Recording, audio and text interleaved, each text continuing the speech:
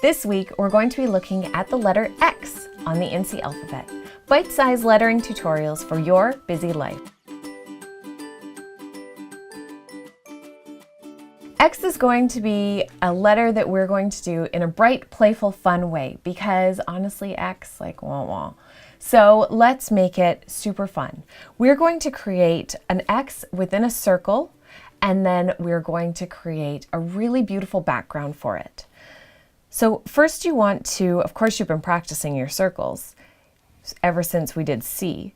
You want to draw your circle. Draw your best circle shape that you can draw, and you want to give yourself lots of room for creating. Now, the other thing you want to do, and I'm sure you know what it is, when you're starting, put a little mark in there so that you don't have to worry about it being perfect.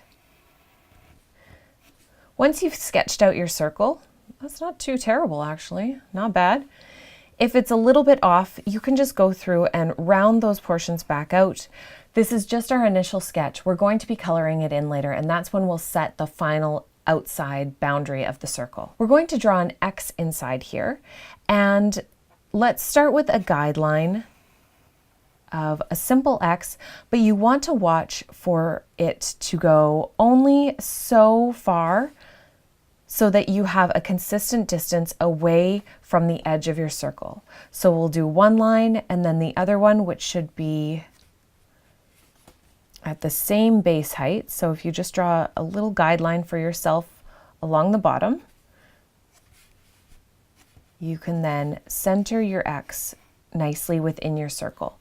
You can also draw a little guideline along the top to make sure you're meeting right up to there.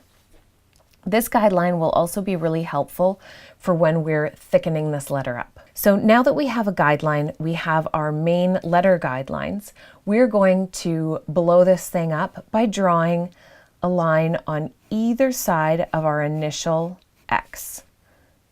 So we want to make it pretty plump. I'm giving it about 1/4 of an inch off of each side. And like I've mentioned before, I really love drawing these guidelines of the letter first and then building off of that, because that's a great way to ensure that you get the right portions of the letter, the right proportions of the letter, and that your placement is good before you've invested all this time in creating a large scale bubble style letter, for lack of a better term. That's bringing me back to like when I had a binder that was zippered shut, or not zippered, Velcroed shut. Ah, good old note tote. Showing my age there. I take it back. I mean, I only got my first binder yesterday. Once you have those lines in, you can then connect along your bottom guideline and along your top guideline, and then erase both your guidelines and the X in the center. Now we have our X ready for the next day when we're going to go in and work on that background effect.